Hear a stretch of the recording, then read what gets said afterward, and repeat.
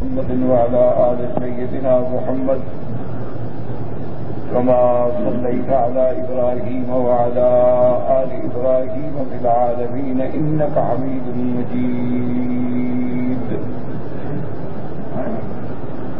أعوذ بالله من الشيطان الرجيم. بسم الله الرحمن الرحيم. إن الذين جاءوا بالإفك عصبة منكم لا تحسبوه شرا لكم بل هو خير لكم لكل امرئ منهم ما اكتسب من الإثم والذي تولى كبره منهم له عذاب عظيم.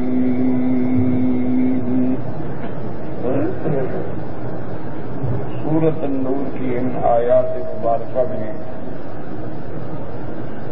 اللہ تبارک و تعالی نے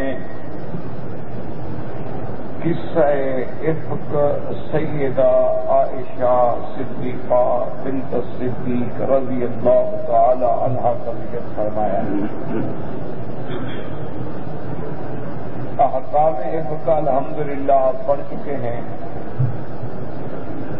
کہ اگر کوئی انسان کسی پاک بیوی پہ تہمت زنا لگائے تو اس کی سزا جو ہے وہ 80 کوڑی ہے. اسی ضمن میں اللہ نے سیدہ عائشہ صدیقہ رضی اللہ تعالی عنہا کا قصہ بیان فرمایا جس میں بہت بڑے مواعظ ہیں، نصائح ہیں، عبر ہیں اور مسلمان خواتین کے لیے بہت بڑا درس عبرت ہے کہ اگر کسی عورت پہ ناحق تہمت لگے تو وہ گھبرائے نہیں. حضور کی بیویوں سے بڑی شان کس کی ہو سکتی ہے؟ جو امہات المؤمنین ہیں، اگر ان پہ بھی تہمت لگ سکتی ہے تو پھر میری اور آپ کی بیٹی کا کیا مقام ہے؟ اور اس میں ان کے لیے درس ہے کہ اگر ایسے واقعات ہو جائیں تو پھر آدمی اپنے اللہ سے لو لگائے، کیونکہ تمام مصائب و مشکلات کے حل کرنے والی ذات جو ہے وہ اللہ تبارک و تعالیٰ کی ہے. اور اسی میں ہمیں یہ سبق بھی ملتا ہے کہ انسان بظاہر کبھی ایک چیز کو اپنے لیے برا سمجھتا ہے، لیکن اس برائی کے اندر ایک خیر مستور ہوتی ہے، ایک بھلائی چھپی ہوتی ہے جس پہ انسان کی نظر نہیں ہوتی. بظاہر تو انسان پریشان ہو جاتا کہ لوگ مجھے برا کہتے ہیں، تہمت لگاتے ہیں، عیب لگاتے ہیں، لیکن اس کے اندر بھی ایک خیر ہے. سب سے بڑی خیر تو یہ ہے کہ انسان جب کسی پر ناحق تہمت لگاتا ہے، تہمت لگانے والے کے لیے دنیا و آخرت میں سزا ہے اور بے گناہ کے لیے دنیا و آخرت میں اجر ہے. تو اس لیے اللہ نے ان احکام افک کے بعد سیدہ کا واقعہ ذکر فرمایا ہے قرآن میں، اور تقریباً 2 رکوع تک سیدہ عائشہ کا قصہ ہے.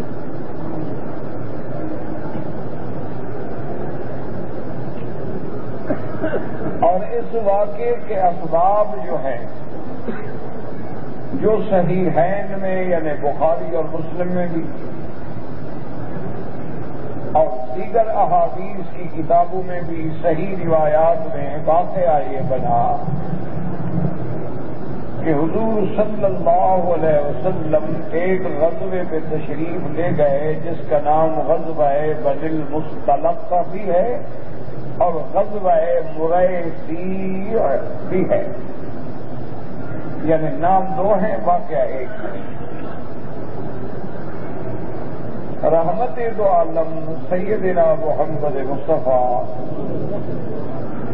صلی اللہ علیہ وسلم اگر کفار سے مقابلے کے لیے لشکر صحابہ کے ساتھ خود بھی تشریف لے گئے تو وہ غزوات کہلاتے ہیں. اگر آپ خود تشریف نہ لے جائیں، کسی کو امیر لشکر بنا کے کافروں کے مقابلے کے لیے جہاد کے لیے بھیجیں تو وہ سرایا کہلاتے ہیں۔ تو جہاں ذکر سریے کا ہوگا مانا حضور نے حکم تو دیا لیکن خود تشریف نہیں لے گئے، اور جہاں ذکر غزوات کا ہوگا تو مانا آپ بھی تشریف لے گئے۔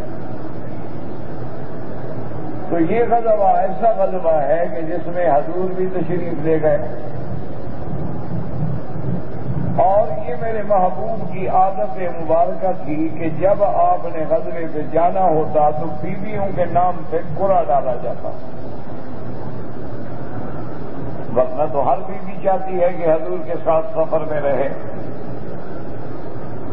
تو جب قرعہ اندازی ہوتی، جس بیوی کا نام قرعے میں نکل آتا وہ بیوی سفر میں ہم رکاب ہوتی۔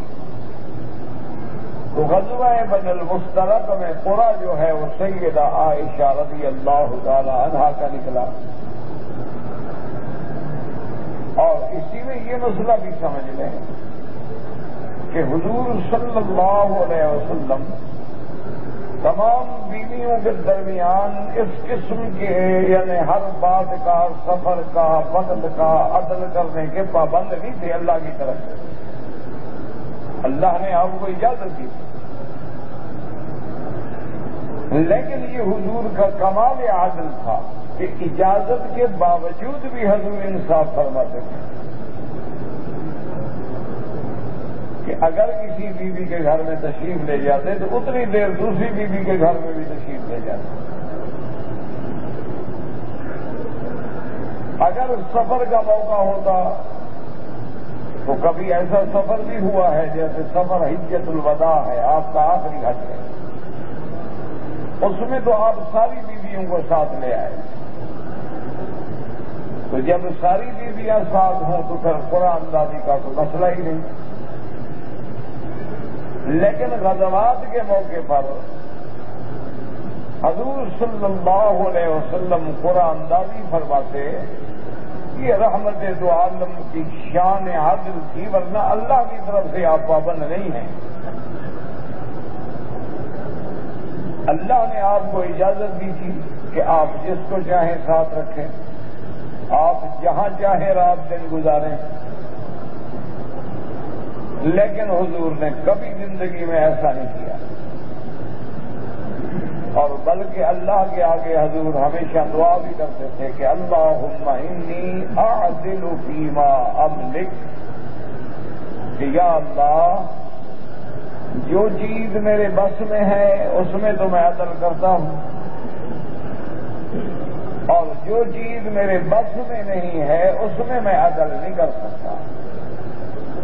کیا مانا؟ یعنی دل تو اللہ کے ہاتھ میں ہے، اگر کسی بیوی کے ساتھ آدمی کا رجحان قلبی زیادہ ہے تو بندہ کیا کر سکتا ہے؟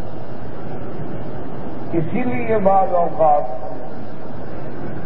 دشمنان اسلام، منکرین قرآن و سنت جو ہیں وہ یہی اعتراض کرتے ہیں کہ قرآن پاک فرماتا ہے کہ ہر مسلمان کو 4 شادیاں کرنے کی اجازت ہے،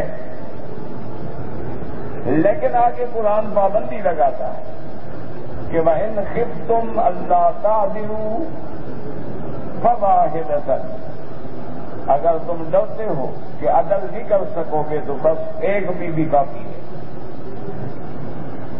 اور دوسری جگہ قرآن کہتا ہے وَلَن تَسْتَطِيعُوا أَن تَعْدِلُوا بَيْنَ النِّسَاءِ وَلَوْ حَرَصْتُمْ، قرآن کہتا ہے تم ہرگز برابری نہیں کر سکتے چاہے جتنا چاہو، عدل ہو ہی نہیں سکتا۔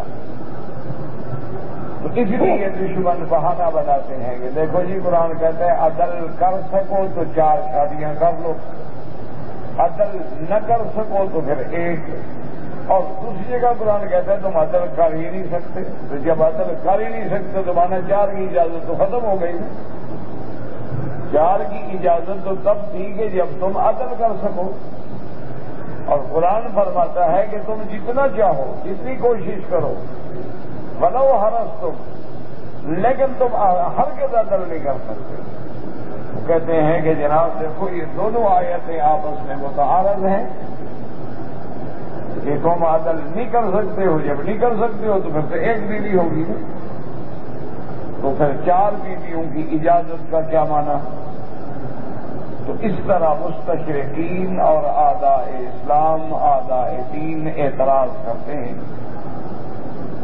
حالانکہ ان کو سمجھنا چاہیے کہ قرآن نے جہاں عدل کا حکم دیا ہے اس عدل سے مراد کیا ہے کہ دونوں بیویوں کو برابر کا کپڑا دو، برابر کی رہائش دو، برابر کا خرچہ دو.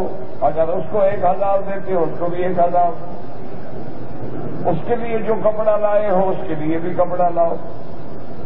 اس کے پاس جتنا وقت گزارتے ہو اس کے پاس بھی اتنا وقت گزارو. اگر ایک دن رات ایک بیوی کے پاس ہے تو ایک دن رات دوسری بیوی کے پاس ہے. یہ عدل ہے. اور جو قرآن کہتا ہے کہ تم عدل نہیں کر سکتے وہ مانا دل کا معاملہ کہ دلوں کے معاملے میں تمہارے ہاتھ میں کچھ نہیں.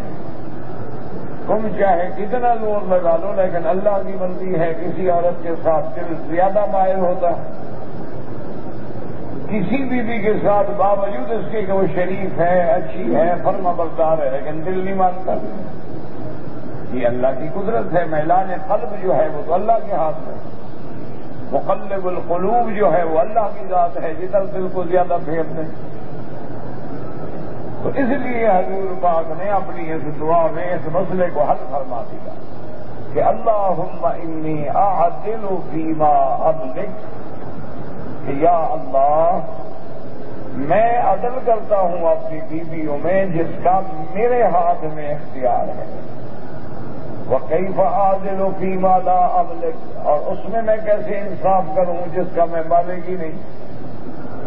دل تو تیرے ہاتھ ہے. تو اگر دل کا رجحان کسی بیوی سے زیادہ ہے تو یہ قیامت میں قابل مواخذہ بات ہی نہیں، کیونکہ یہ انسان کے دائرہ اختیار میں بھی نہیں. تم عدل کرنے کے پابند ہو جو تمہارے دائرہ اختیار میں ہے. یہ نہیں ہے کہ ایک بیوی جو ہے وہ تو دولت سے اور زیورات سے اور پیسے سے کھیلتی ہے اور دوسری بیچاری پڑی ہوئی ہے. ایک بیوی کے پاس 2-2 3 مہینے رہ رہے ہو اور دوسری بیوی کے پاس مہینے میں کبھی ایک دن بھی جاتے ہو تو لڑکے آ جاتے ہیں. تو یہ ناانصافی. اور یہ بھی حدیث مبارک میں آتا ہے کہ جس بندے کی 2 بیویاں ہوں یا 4 ہوں یا 3 ہوں اور وہ عدل نہ کرے تو قیامت والے دن اللہ اس کو اس طرح اٹھائیں گے جیسے فالج والے کا ایک حصہ مارا ہوتا ہے کہ ایک حصہ تو کام کر رہا ہے لیکن ایک حصہ نہ ہاتھ کام کرتے ہیں نہ ٹانگیں کام کرتی ہیں. تو وہ میدان حشر میں اس طرح کھڑا ہوگا کہ اس کا ایک حصہ جو ہے فالج زدہ ہوگا تاکہ لوگوں کو پتہ چل سکے کہ یہ وہ بندہ ہے جس نے اپنی بیویوں سے بھی عدل نہیں کیا. اور یہ بات بھی یاد رکھو جو بندہ گھر میں عدل نہ کر سکے وہ باہر کیا عدل کرے گا. جو اپنی بیویوں میں، اپنی اولاد میں، اپنے بیٹے بیٹیوں میں انصاف نہ کر سکے تو وہ غیروں کے ساتھ کیسے انصاف کر سکتا. تو سرکار دو عالم رحمت دو جہاں نے قرآن دادی فرمائی تو سیدہ عائشہ کا قرآن نکلا. اس دور میں عورتوں کے لیے اونٹوں پر ایک بنایا جاتا تھا جس کو عربی میں ہودج کہتے ہیں. ہمارے ہاں تو کجاوے ہوتے ہیں نا، کچھ ہوتے ادھر بیٹھ جاتے ادھر. یہ ہودج ہوتا ہے ایسے جو چھوٹی سی کوٹڑی بنی ہو، اس کو باندھ دیا جاتا ہے اور اس کے اندر عورتیں بیٹھ 1 ہو یا 2 ہوں بیٹھ جاتی. تو طریقہ کار یہ تھا کہ حضور رحمت دو جہاں سفر میں آپ صبح کی نماز پڑھ کے فوراً سفر جاری ہو جاتا تو وہ ہودج جو ہیں وہ رکھ دیے جاتے اونٹوں کے قریب اور خواتین آ کے ان کے اندر بیٹھ جاتی اور صحابہ پھر اس کو پکڑ کے اٹھا کے اس کے اونٹ کے اوپر رکھ کے اس کو باندھ دیتے اور اونٹ چلتے. اسی طرح واپسی کے سفر میں محبوب دو جہاں رحمت دو عالم جب تشریف لا رہے تھے،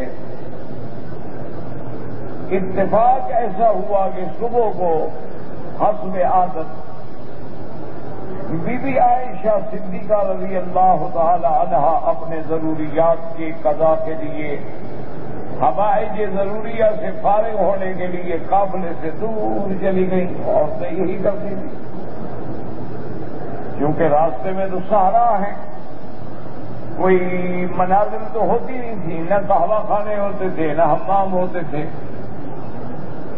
تو اس کا طریقہ یہی ہوتا تھا کہ مرد وہ طرف اختیار نہیں کرتے تھے جو طرف عورتیں اختیار کریں، لیکن اپنے قافلے سے دور چلے جاتے کہ کسی کو نظر نہ آئے. تو بی بی صاحبہ تشریف لے گئی اور دور چلی گئی. جب فارغ ہوئی اتفاق سے گلے میں ہاتھ تھا وہ ٹوٹ گیا. تو ہاتھ بھی عام ہار تھا اس دور میں جو عام ہار ہوتے ہیں. تو بی بی صاحبہ اس کو چننے کے لیے اور اس کو جمع کرنے میں ایسی مصروف ہو گئی کہ دل میں یہ خیال بھی نہ رہا کہ قافلے کے جانے کا وقت ہے.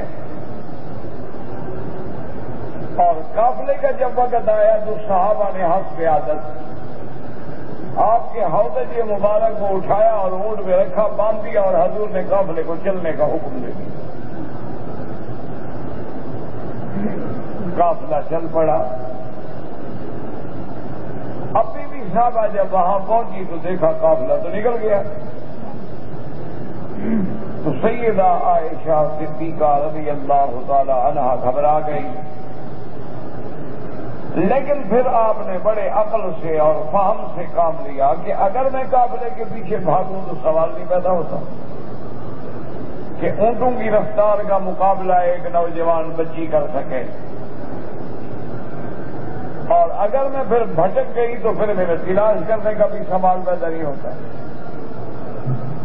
تو بی بی صاحبہ نے یہی مناسب سمجھا کہ اسی قافلے والی جگہ پر بیٹھ جاؤں، کیونکہ قافلہ جہاں رات قیام کرتا تھا نا تو وہاں کسی نے کھانا بنایا، کسی نے پانی گرم کیا، کہیں آگ جلائی، کہیں روٹی پکائی، کسی نے کچھ کیا تو وہ نشان بن جاتے تھے نا جگہوں کے، تو وہ جگہ معروف ہو جاتی.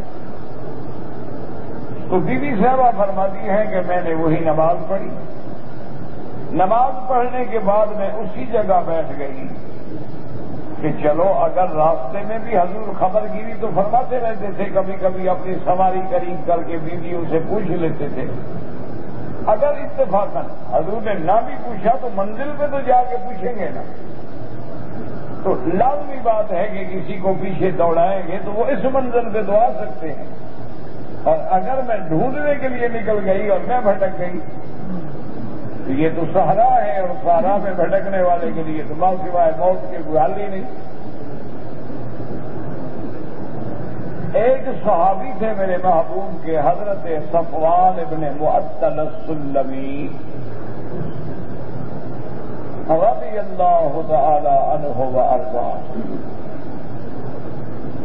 حضور پاک نے حضرت صفوان کی یہ ڈیوٹی لگائی تھی کہ تم ہمیشہ قافلے سے 2-4 گھنٹے پیچھے رہا کرو، اور تم قافلے جانے کے بعد قافلے والی جگہ پہ آ کے دیکھا کرو کوئی ساتھی چیز تو نہیں بھول گیا، کسی کا سامان تو نہیں رہ گیا. تو اس سامان کو لے کر پھر تم قافلے کے ساتھ مل جایا کرو. پھر قافلہ چل پڑے گا تم رہ جاؤ، پھر قافلے کے بعد تم وہ جگہ ڈھونڈو.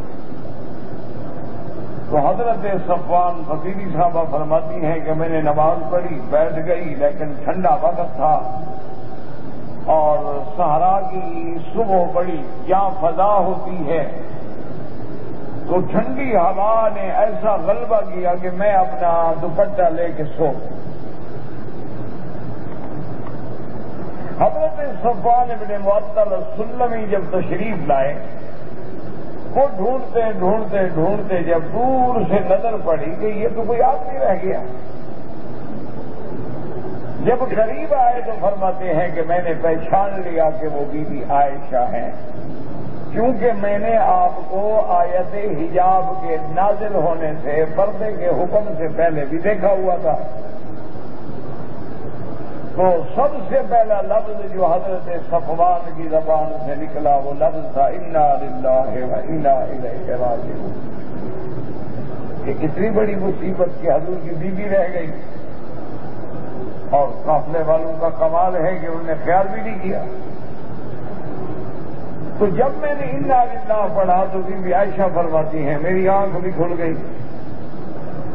میں نے جلدی سے اپنی چادر کو درست کر کے بیٹھ گئی اور حضرت صفوان نے میرے قریب آ کے اونٹ بٹھا دیا اور خود دور ہٹ گئے. بیوی فرماتی ہے میں سمجھ گئی تو میں فوراً اونٹ پہ بیٹھی، انہوں نے بہار پکڑی اور آگے آگے چل پڑے. تو بہرحال کافی تاخیر ہو گئی. جب منزل مقصود پہ قافلہ پہنچا، ہودج اتارا گیا، اندر سے بی بی عائشہ نہ نکلی، حضور پاک کو خبر دی گئی. حضور صلی اللہ علیہ وسلم پریشان ہو گئے اور آپ نے فرمایا کمال ہے بھئی آپ لوگوں نے خیال نہیں کیا. انہوں نے کہا یا رسول اللہ ہم کیسے دیکھ سکتے تھے ہودج کو ہٹا کے کہ بی بی اندر ہیں کہ نہیں ہے. تو بردا ہے. اور پھر بی بی عائشہ کی عمر کیا تھی؟ 10-12 سال 13 سال 14 سال کی عمر تھی اور بالکل خفیف تھی کہ 2 کھجوریں کھا کے گزارا کرتی ہو. وہ کتنی موٹی ہوگی بیچاری، اس کا وزن ہی کتنا ہوگا. تو حضور ہمیں تو احساس نہیں ہوا. تو آپ نے فرمایا اچھا قافلے میں سے کچھ آدمی تیار کرو جو واپس پہنچے اپنے پڑاؤ پر. تو اسی اثنا میں قافلے والے ابھی یہ تیاری کر رہے تھے اور حضرت صفوان کی سواری دور سے نظر آئی. تو صحابہ نے کہا کہ یا رسول اللہ معلوم ہوتا ہے کہ بی بی پہنچ گئی. کہ حضرت صفوان جو ہے نا وہ پیچھے چلتے ہیں، وہ آ رہے ہیں اور ان کی اونٹ پہ کوئی سوار ہے. بیوی فرماتی ہے کہ میں آ گئی اور میں اپنے خیمے میں چلی گئی. اسی دوران میں چونکہ عبداللہ ابن ابی رئیس المنافقین، دشمن اسلام، دشمن دین، دشمن محمد مصطفیٰ صلی اللہ علیہ وسلم بھی ساتھ تھا، اس کو موقع مل گیا. اس نے کہا جناب یہ وہ بات ہے ایک نوجوان لڑکی ہو اور ایک نوجوان آدمی ہو کیسے پاک رہ سکتے. اور پھر یہ تو آمدن بھی پیچھے رہ گئی ہے. یہ وہ بات ہے کہ بی بھول گئی کہ سفر کا وقت ہے اور وہ لیٹ کیوں ہو گئی. تو سب سے پہلے اس تہمت کے گھڑنے والا جو ہے وہ منافق ہے، رئیس المنافقین ہے. کیونکہ سرکار دو عالم کی بیویوں پر یا صحابہ پر یا اہل بیت اور عطرت رسول پر تہمت لگانے والا یا کافر ہو سکتا ہے یا منافق ہو سکتا ہے، مسلمان کبھی نہیں کر سکتا. ایمان والے کے دل میں تو خیال ہی نہیں آ سکتا کہ کوئی حلالی بیٹا اپنی ماں پہ تہمت لگائے. اور کوئی کلمہ پڑھنے والا اپنی عصمت نبی پہ اعتراض کرے گا. لیکن کافر اور دشمن موقع کی انتظار میں ہوتے ہیں. تو عبداللہ ابن ابی نے اس بات کو کافی پھیلا دیا اور لوگوں میں چیمگوئیاں شروع ہو گئی اور بدقسمتی سے کچھ مسلمان بھی اس واقعے کی لپیٹ میں آ گئے. کیونکہ جب بات چلتی ہے تو کبھی پھر اپنے بھی بیچارے بھٹک جاتے ہیں. تو مسلمانوں میں سے اس قصے کی لپیٹ میں آنے والے 3 افراد ہیں جن کا ذکر صحیحین میں موجود ہے، صحیح حدیثوں میں موجود ہے. ایک عورت ہے اور 2 مرد ہیں. بی بی کا نام بی بی حمنہ ہے اور مردوں میں سے حضرت حسان ہیں اور حضرت مصطح. اچھا خدا کی شان دے کہ حضرت مصطح بدری ہے.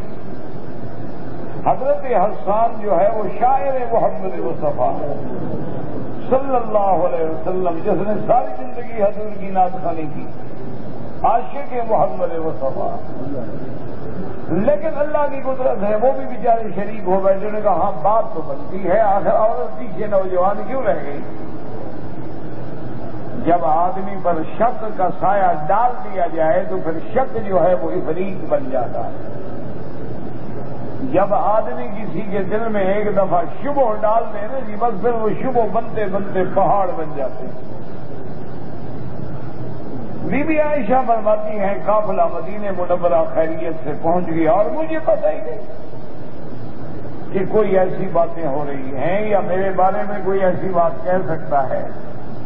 فرماتی ہے مجھے تو علم بھی کوئی نہیں، لیکن میں نے یہ دیکھا کہ حضور پاک کا لطف و کرم اور مہربانی جو میرے ساتھ ہوتی تھی وہ کم ہو۔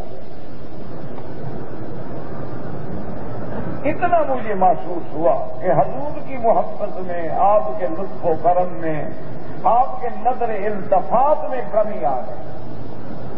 نہ تو حضور مجھ سے زیادہ بات فرماتے، نہ حضور صلی اللہ علیہ وسلم میرے ساتھ توجہ فرماتے، بس آئے رسمن پوچھا کیا حال ہے، خیریت ہے، چلے گئے۔ تو یہ بات مجھے سمجھ نہیں آتی تھی، میں نے سمجھا شاید کسی بیوی نے ناراض کیا ہو، ناراضگی ہے تو دور ہو جائے گی، لیکن مجھے تو پتہ نہیں تھا کہ میرے خلاف تو اتنا بڑا طوفان اٹھ چکا ہے۔ اچھا حضور نے بھی کبھی واضح نہیں فرمایا صلی اللہ علیہ آلہ واصحابہ وسلم تسلیما کثیرا کثیرا۔ البتہ ایک دفعہ حضور باغ میں جب آپ کی پریشانی حد سے زیادہ ہو گئی، بی بی عائشہ فرماتی ہے کہ میں حیران ہوں کہ یہ بات کیا ہے، آخر حضور مجھ سے بات کیوں نہیں فرماتے؟ تو فرماتی ہے کہ ایک رات کی بات ہے کہ میں حضرت مصطح کی والدہ کے ساتھ اپنے قضائے حوائج کے لیے ہم مدینہ شریف سے کافی دور، رات کو عورتیں ہم نکل جاتی تھی باہر، دور جا کے اپنی فراغت کر لیتی۔ فرماتی ہیں کہ جب میں ان کے ساتھ جا رہی تھی، ہم گئے، اپنے فراغت حاصل کی، واپس آ رہے تھے تو بھی حضرت مصطح کی والدہ کی جو چادر تھی نا لمبی، وہ پاؤں میں الجھ گئی، پاؤں میں الجھ گئی تو بی بی گر گئی۔ جب بی بی گری اور میں نے پکڑنے کی کوشش کی اٹھانے کے لیے، تو ان کے منہ سے نکلا کہ طائفہ مصطح، بی بی کے منہ سے یہ لفظ نکلے کہ طائفہ مصطح، میرا بیٹا مصطح خدا کرے برباد ہو جائے۔ تو بی بی عائشہ فرماتی ہیں میں حیران ہو گئی، ماں ہو کے کیا کہہ رہی ہے؟ میں نے کہا یا ام مصطح ماذا تقولی، کیا کہہ رہی ہو مصطح کے بارے میں؟ اما تعلمین انہ بدری، تمہیں پتا نہیں کہ وہ حضور کا بدر کا صحابی ہے؟ اور بدری صحابہ کے لیے تو حضور کو اللہ نے فرما دیا تھا کہ ان کو مبارک دے دو، اعملوا ما شئتم، جو چاہو کرو، ان کے گناہ میں نے معاف کر دیے۔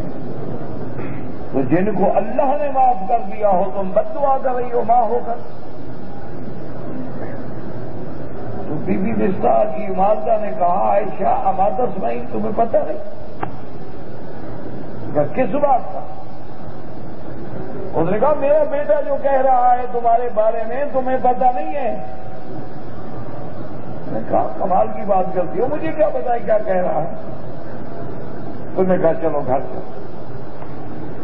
جب گھر میں آئے تو مصطح کی ماں نے مجھے بتلایا کہ جب آپ سفر میں تھی، پیچھے رہ گئی، اس طرح دشمنوں نے ہوائی اڑا دی، تو میرا بیٹا بھی ان کا شریک ہے، وہ بھی تم پر تہمت لگاتا ہے،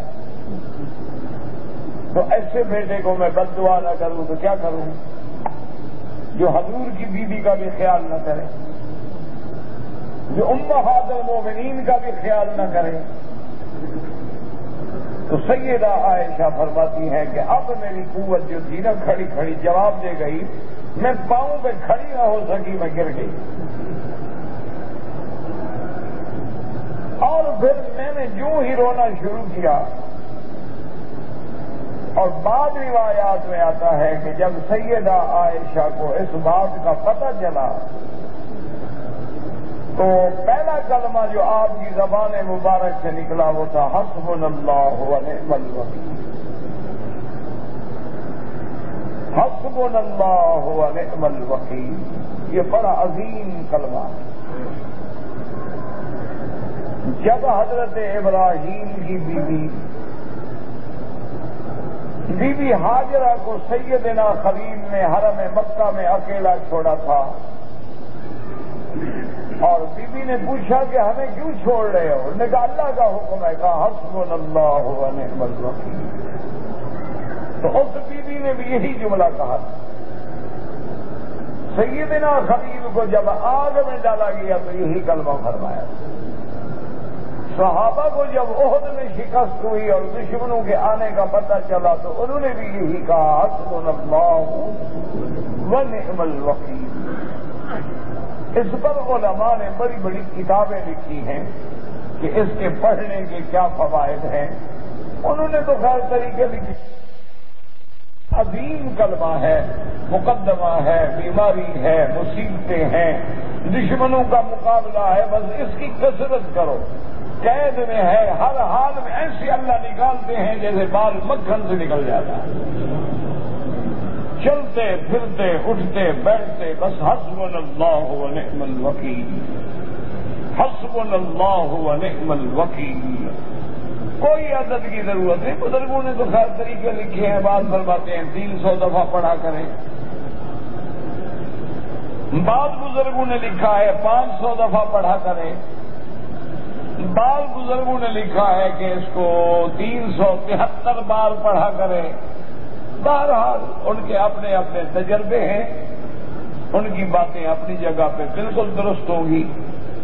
لیکن میرا عرض کرنے کا مقصد یہ ہے کہ یہ ایسا کلمہ ہے کہ اگر کوئی آدمی مقدمات میں پھنس گیا ہے، قید میں ہے، اس کو آپ بتلائیں کہ اٹھتے بیٹھتے وضو ہے نہیں ہے، ہر نماز کے بعد دن میں رات میں اس کو بس اپنی حفظ جان بنا لے تو اللہ کے قرآن کہتا ہے فانقلبوا بنعمۃ من اللہ وفضل لم یمسسہم بسوء، کہ اس کلمے کے کہنے کے بعد اللہ نے صحابہ کو ہر قسم کے نقصان سے بچا لیا. تو القول الجمیل فی فضل حسبنا اللہ و نعم الوکیل. اسی طرح القول الجلیل فی قول حسبنا اللہ و نعم الوکیل. اور بڑی علماء نے اس پہ کتابیں لکھی ہیں، اس کے فوائد لکھے. اب کیوں نہ ہوں فوائد جب اللہ کے قرآن کا بات کلمہ ہو، جب انبیاء علیہم السلام نے پڑھا ہو. تو بہرحال بی فرماتی ہیں کہ میں بستر سے لگ گئی، اب رونے کے سوا میرے پاس کوئی سہارا نہیں تھا. فرماتی ہیں کہ اس کے بعد حضور آئے.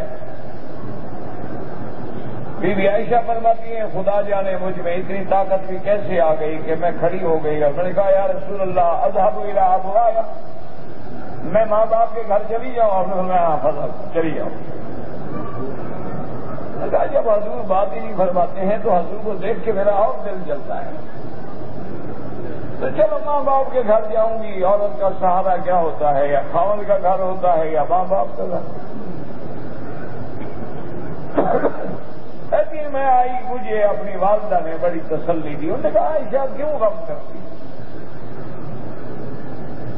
تمہارے جیسی خوبصورت بیوی ہو اور محمد مصطفیٰ جیسا شوہر ہو تو دشمن تو اعتراض کریں گے، یہ کوئی نئی بات نہیں ہے. انہوں نے کہا بیٹی گھبراتی کیوں ہو تم؟ اگر تم اللہ کے ہاں پاک ہو تو پھر گھبرانے کی کیا ضرورت ہے؟ اور جہاں ایسی جوڑی ہو کہ جس جوڑی کی مثال کائنات میں نہ ہو،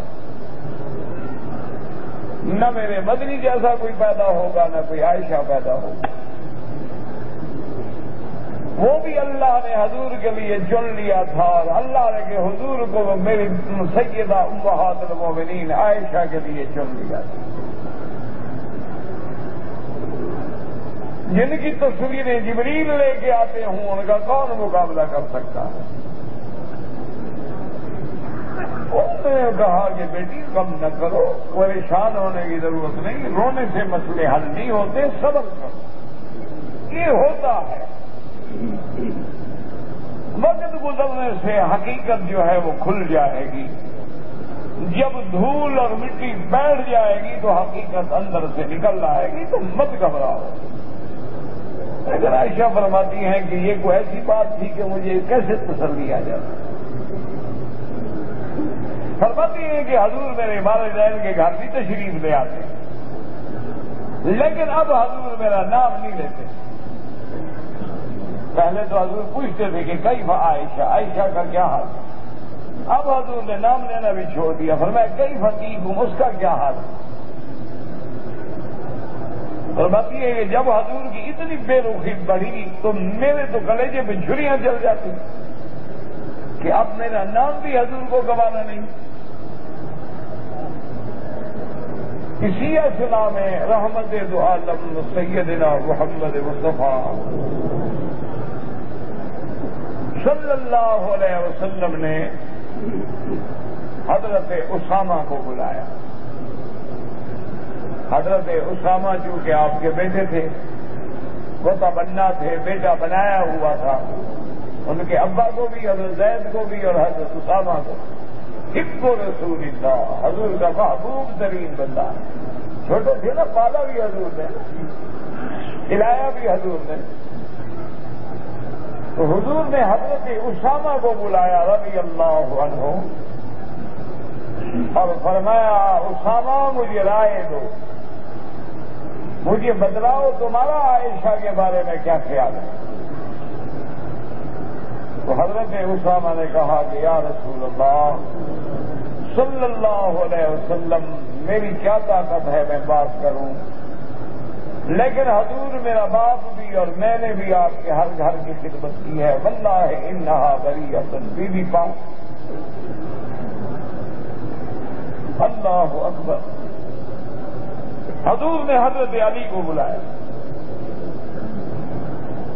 حضرت علی سے حضور نے فرمایا کہ علی تم بتاؤ تمہاری کیا رائے،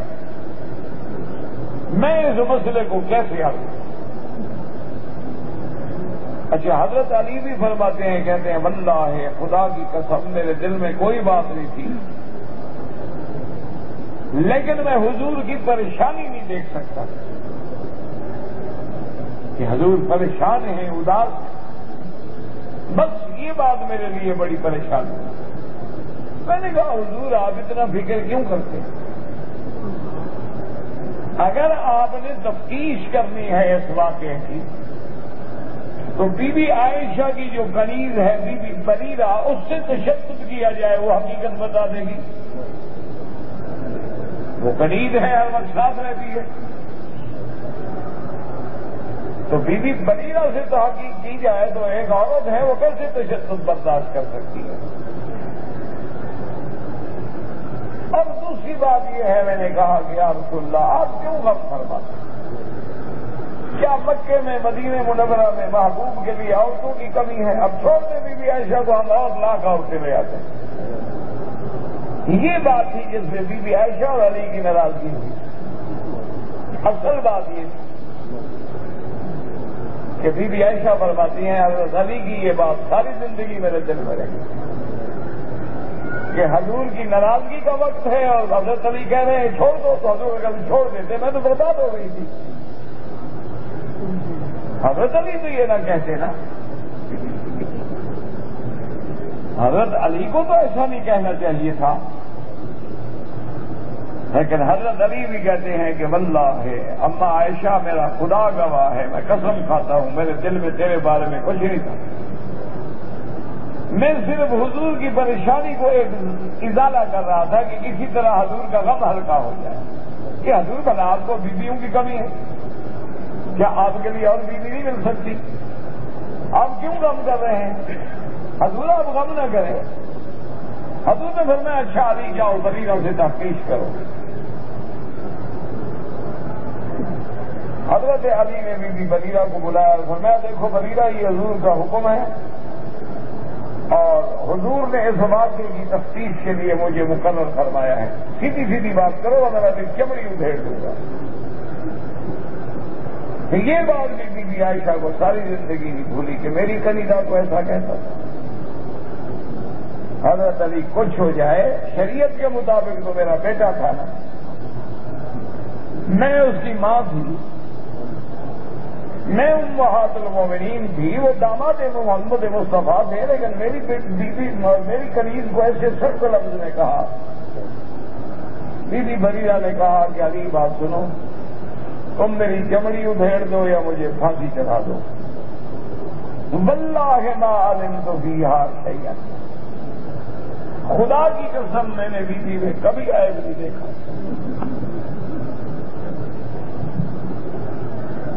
رضی اللہ تعالی عنہا وارضاہا۔ حضور کی بیویاں کیسے عیب والی ہو سکتی؟ اس نے کہا ہاں ایک عیب میں نے دیکھا ہے عائشہ میں۔ حضرت علی فرماتے ہیں میں نے پوچھا وہ کیا عیب ہے؟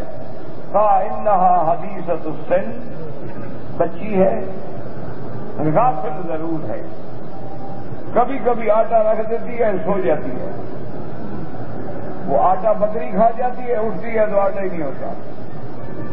یہ تو ہے اس کی طبیعت میں غفلت کہ پانی پینے کے لیے رکھ دیا خود سو گئی۔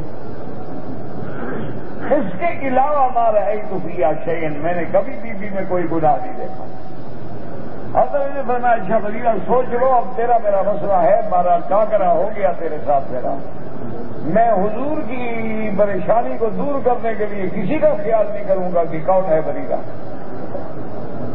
اور کہا تمہاری مرضی ہے، جو میں جانتی ہوں میں نے بتا دیا ہے۔ اب جو آگے آتا ہے وہ صحیحین میں نہیں ہے، لیکن بعض روایات میں موجود ہے کہ حضور نے حضرت عمر کو بلایا۔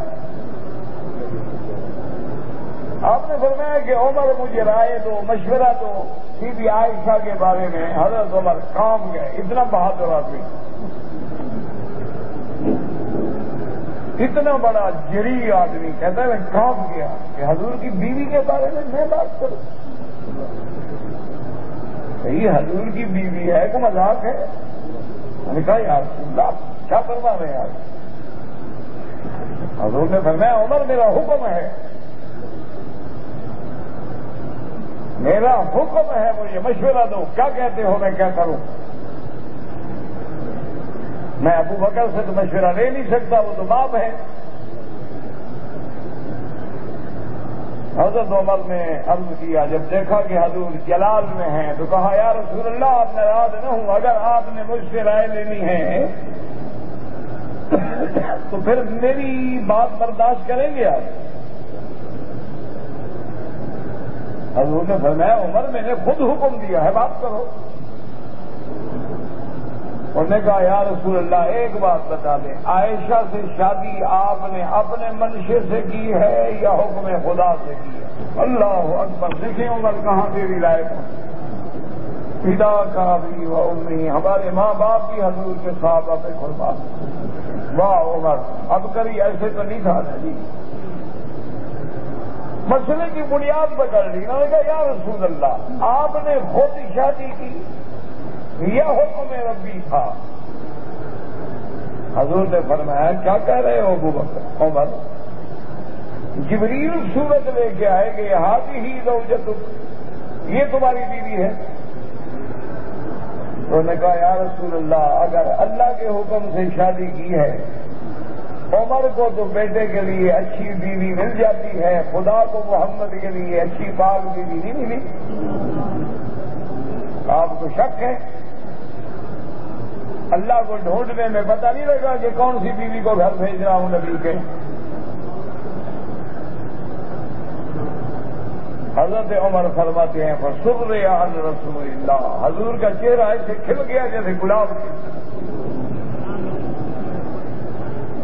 اطمینان ہو گیا نا دل کو۔ ہم نے کہا حضور ایک اور بات بھی بتا دیں، ناراض تو نہیں ہوں گے؟ ہم نے کہا نہیں۔ فرمایا یہ جو گندی مکھیاں اڑتی ہیں آپ کے بدن پہ بیٹھتی ہیں؟ فرمایا نہیں، اللہ نے مجھے محفوظ رکھا ہے، کوئی گندی چیز، مکھی گندی مچھر یہ چیزیں میرے پاس نہیں پٹکتی۔ تو حضرت عمر نے کہا یا رسول اللہ اتنی چھوٹی مکھی کو تو اللہ پاک نبی کے بدن پہ نہیں بیٹھنے دیتا، ناپاک عورت کو نبی کے سینے پہ لٹا دیا، کیا کر رہے ہیں آپ؟ کہتے ہیں حضور پاک صلی اللہ علیہ وسلم کو بڑی خوشی ہوئی لیکن حضور نے بات نہیں کی۔ اب میں اچھا عمر جاؤں۔ بی بی عائشہ فرماتی ہیں فقدم رسول اللہ، حضور گھر میں آئے،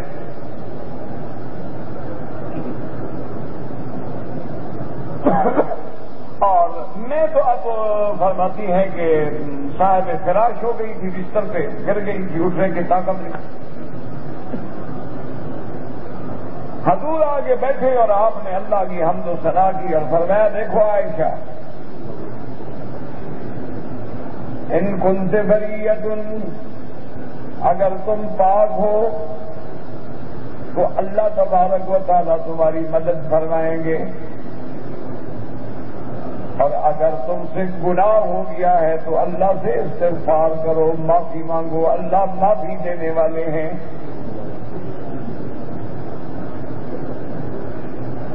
جو بات ہے حضور نے فرمایا اب میں تم سے پوچھتا ہوں، بتاؤ کہ تم پاک ہو یا گناہ ہے یا نہیں ہے؟ اگر تم بری ہو اللہ تیری مدد کرے گا، اگر گناہ گار ہو توبہ کرو۔ بی بی عائشہ فرماتی ہیں میں نے اپنے ابے کی طرف دیکھا، عجب رسول اللہ ہے، حضور کو جواب دو۔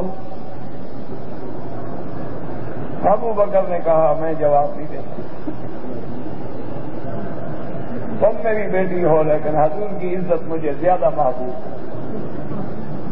میں اپنی بیٹی کی صفائی نہیں دوں۔ فرماتی ہیں میں نے اپنی اماں کی طرف دیکھا، میں نے کہا یا امتا عجیب رسول اللہ، حضور کو آپ تو چلو جواب دے میری طرف سے۔ انہوں نے کہا بیٹی تم لاکھ ہماری جگر گوشہ ہو لیکن محمد سے زیادہ پیاری نہیں ہو، ہم آپ کی صفائی میں کچھ نہیں ہیں۔ بی بی عائشہ فرماتی ہیں خدا جانے مجھے میں اتنی طاقت کہاں سے آ گئی کہ میں اٹھ کے بیٹھ گئی۔ میں نے کہا سنو، لو قلت انا بریۃ لم تصدقونی واللہ انی بریۃ۔ بی بی عائشہ فرماتی ہے میں نے کہا یا رسول اللہ اگر میں کہوں کہ میں بے گناہ ہوں آپ میری بات نہیں مانیں گے، حالانکہ میرا اللہ جانتا ہے میں بے گناہ ہوں، اور اگر میں کہوں کہ میں گناہ گار ہوں تو آپ مان لیں گے، حالانکہ وہ بات جھوٹی ہوگی۔ اور اس کے بعد بی فرماتی ہے میں نے کہا یا رسول اللہ اب آپ کا اور میرا معاملہ وہی ہے جیسے کہ ابو یوسف نے کہا تھا، میں بھی وہی کہتی ہوں۔ بی بی عائشہ فرماتی ہے خدا کی شان ہے کہ حضور کے اس وقت اور اس صدمے سے مجھے یوسف علیہ السلام کے ابے کا نام بھی بھول گیا۔ میں نے کہا اقول ما قال ابو یوسف فصبر جمیل واللہ المستعان علی ما تصفون۔ میں نے کہا حضور میں بھی وہی کہتی ہوں جو یوسف کے ابا نے کہا تھا کہ صبر جمیل، اللہ میری مدد کریں گے جو لوگ مجھ پہ الزام لگا رہے۔ بی بی عائشہ فرماتی ہے میں نے بات ختم کی اور میں حیران ہو گئی کہ مجھ میں اتنی طاقت کیسے آ گئی، اتنی جرت کیسے آ گئی کہ میں نے اللہ کے نبی کو ایسا جواب دیا۔ فرماتی ہے میں پھر بستر پہ گر گئی، فنزل علیہ الوحی، حضور پہ وحی نازل ہونا شروع ہو گئی۔ بی بی عائشہ فرماتی ہیں جب حضور پہ وحی اترتی تھی تو آپ کے چہرے کا رنگ مبارک جو ہے تبدیل ہوتا تھا، سردیوں کی راتیں ہوں تو پسینہ پسینہ ہو جاتے تھے اللہ کے کلام کے اس شکل وحی سے، تو ہمیں اندازہ ہو جاتا تھا کہ وحی اتر رہی ہے۔ بی بی عائشہ فرماتی ہیں کہ میں نے نظر اٹھا کے اپنے ابے کی طرف دیکھا تو میرے ابے کا رنگ سفید پڑ چکا تھا، اماں کا رنگ بھی سفید پڑ چکا تھا، خدا جانے کیا وحی آ گئی۔ لیکن فرماتی ہے انا مطمئنۃ، میں بالکل اطمینان پہ تھی، مجھے یقین تھا کہ میں بری ہوں اور اللہ کبھی نا انصافی نہیں فرمائیں گے۔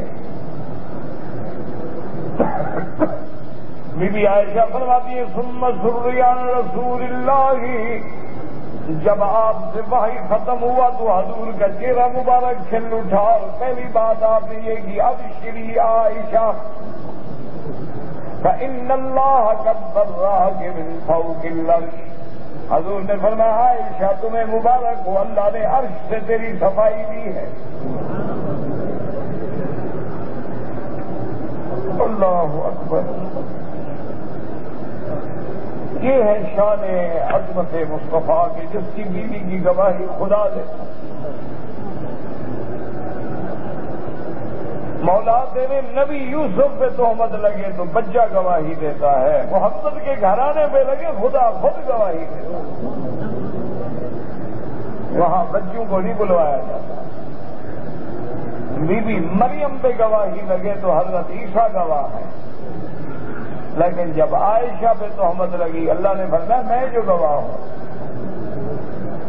اس لیے حضور پاک نے فرمایا کہ ابشری عائشہ فإن اللہ قد براک من فوق العرش، عائشہ مبارک ہو اللہ نے تیرا عرش سے فیصلہ فرما دیا ہے۔ حضرت ابو بکر بھی ہوش میں آ گئے، میری اماں بھی ہوش میں آ گئی، اور حضرت ابو بکر جوش میں آ کے کہا قومی، فرمایا قومی عائشہ فاشکری رسول اللہ، میرے ابا نے مجھے حکم دیا کہ عائشہ اٹھو، اٹھ کے حضور کا شکریہ ادا کرو۔ کیوں؟ اگر اللہ کے نبی نہ ہوتے تو بھائی کہہ دیا۔ میری اماں نے بھی کہا کوئی فاشکری رسول اللہ صلی اللہ علیہ وسلم، عائشہ اٹھ کے اللہ کے نبی کا شکریہ ادا کرو۔ تو فرماتی ہیں کہ میں نے کہا ابا سے دونوں سے کہا کہ لا اشکر الا اللہ، اللہ، یہ بات عائشہ کر سکتی ہے اور کسی کی طاقت ہے یہ بات کہیں؟ یہ بات جو ہے نا بی بی عائشہ کہہ سکتی ہے، وہ محبوبہ ہے، حبیب خدا ہے۔ بی بی فرماتی ہے میں نے کہا ابا جان سن لے، خدا کی قسم میں محمد مصطفیٰ کا کبھی شکریہ نہیں کروں گی، میں تو اس خدا کا شکر کروں گی جس نے میری برات میں میری صفائی دی ہے۔ حضور نے تو میری بات کا اعتبار ہی نہیں کیا، بولنا چھوڑ دیا، آپ کا شکریہ میں کیا ادا کروں؟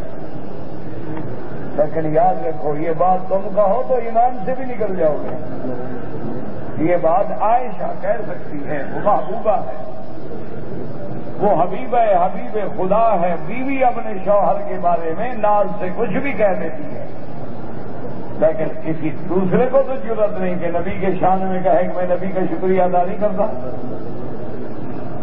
تو حضور صلی اللہ علیہ وسلم نے وہ پوری آیات مبارکیں پڑھی۔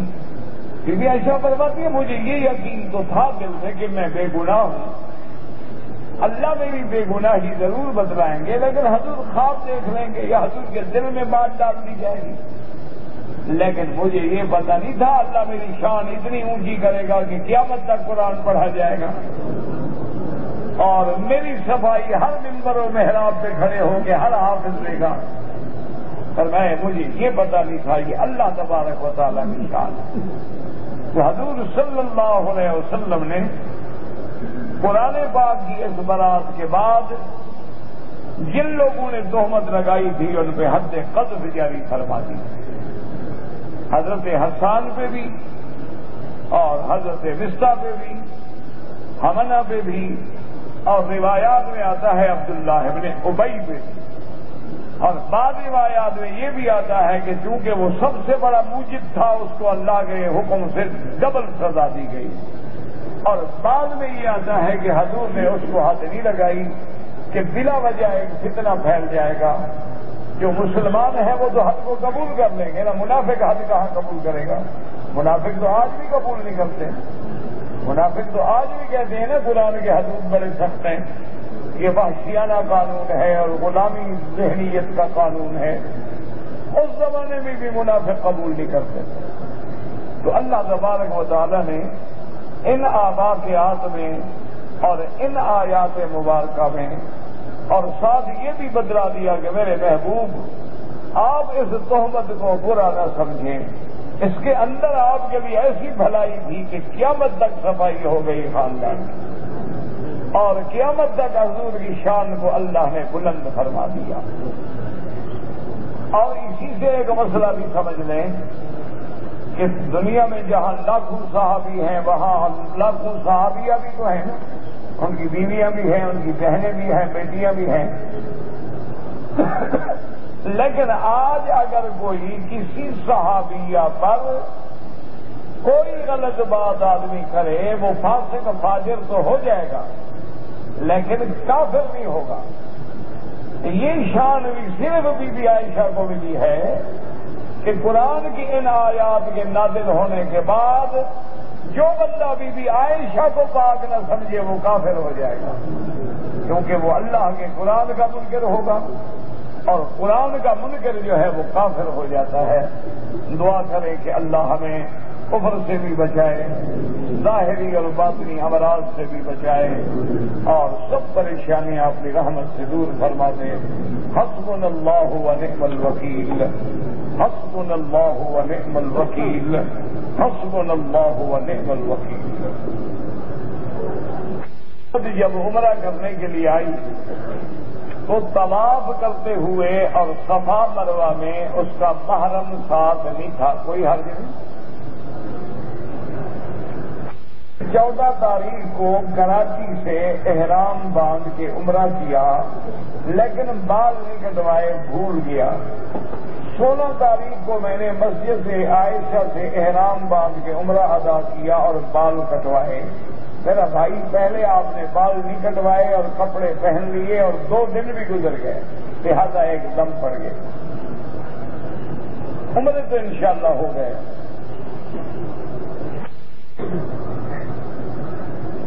کہتے ہیں جی کہ اگر ایک آدمی رفع یدین کرتا ہے اس کی بھی نماز ہو جاتی ہے اور نہ کرنے سے بھی ہو جاتی ہے، تو نبی تو لڑانے کے لیے نہیں آئے، تیرے دماغ میں بھوسا بھرا ہوا ہے، اس کا کیا علاج ہو؟ ایک عمل ہے، سنت ہے، دونوں کے پاس حدیث ہے، کرنے والوں کے پاس بھی نہ کرنے والوں کے پاس بھی، تو دونوں حضور کے حکم پہ عمل کر رہے ہیں، لڑائی کی تو بات ہے ہی نہیں، نہ فرض ہے نہ واجب ہے۔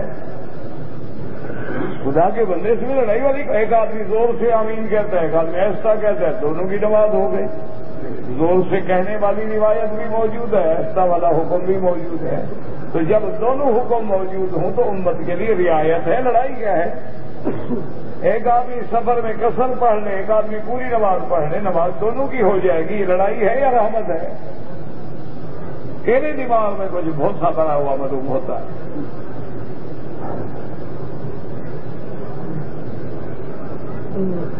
ایک آدمی نے 3 طلاقیں دے دی، حنفی مسلک میں تو ہو گئی، لیکن میری مشورہ یہ ہے کہ دارالفتاء سے رجوع کرو۔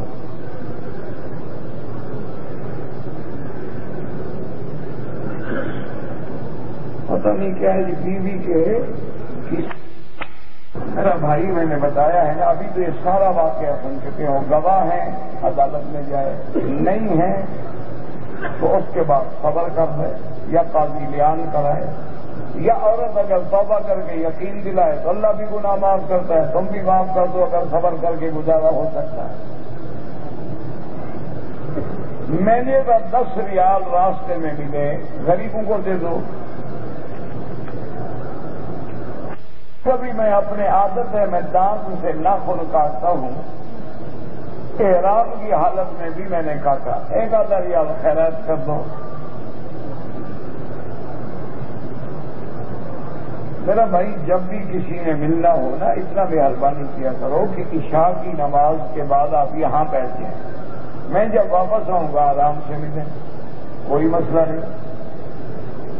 تو بڑی محبوب تھی، اس لیے علماء فرماتے ہیں کہ فرض پڑھ کے فوراً پڑھ لے یا سورج نکلنے کے بعد پڑھ لے،